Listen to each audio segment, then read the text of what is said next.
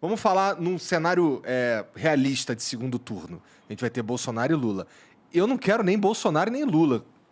O que eu faço? Eu não sei o que eu faço. Neste caso, você não vai ter um terceiro nome, né? Porque é o segundo turno.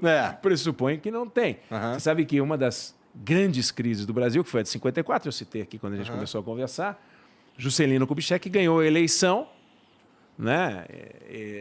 E depois do suicídio do Vargas, etc., o Juscelino viria a ganhar a eleição na sequência, e naquele tempo não tinha 2 turnos, era um turno só, ele teve 30 e poucos % dos votos, e os caras falaram, não, ele não teve a maioria, já queriam dar um golpe lá em 54, que foi acontecer em 64. Mas a ideia de segundo turno é uma ideia saudável, né? Que você fala assim, bom, eu obrigo que uma parte do eleitorado se converta, né, para uma das opções que está aí disponível. E às vezes é doído, porque você fala, pô, eu votei num candidato que não tem nada a ver com os 2 que foram para o segundo turno.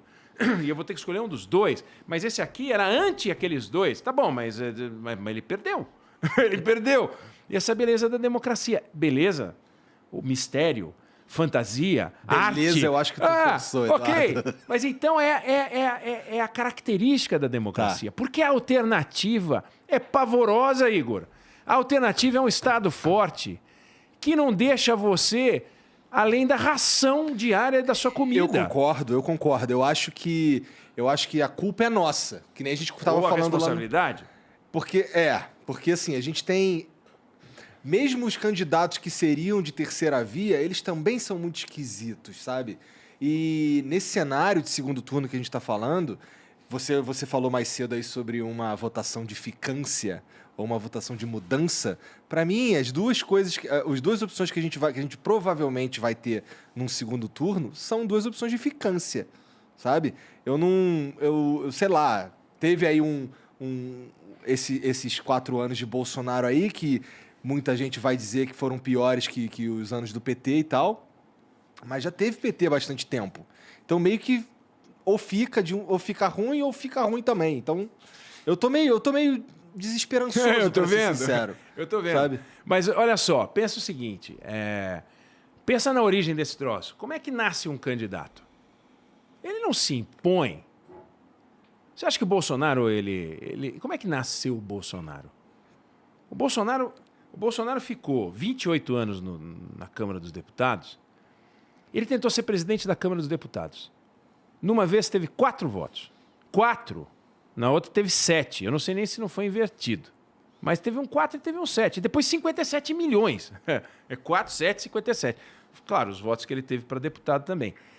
Ele não representa nada? Representa. Acaba representando, sim. Representa. No caso, na época dele, eu imagino que ele representasse a tal da mudança.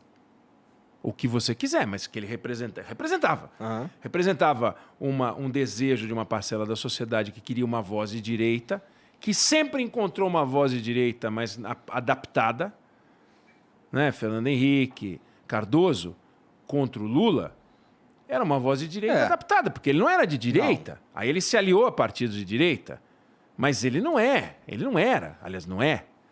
E o Fernando Henrique, a história dele é de esquerda. Aí ele ganha a eleição em primeiro turno. Aliás, isso nunca mais aconteceu. O Fernando Henrique ganhou em primeiro turno, 94, primeiro turno, 98. Me refiro à eleição presidencial. Nas estaduais e municipais você tem, mas presidente não teve.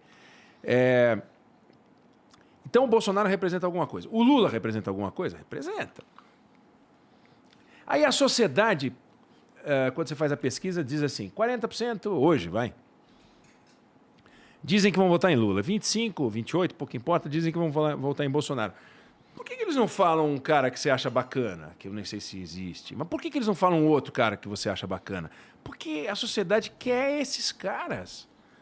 Então você fala assim, eu fico incomodado porque vai ser Lula e Bolsonaro. Mas vai ser Lula e Bolsonaro, se é que vai ser, tudo indica que vai ser, porque as pessoas querem.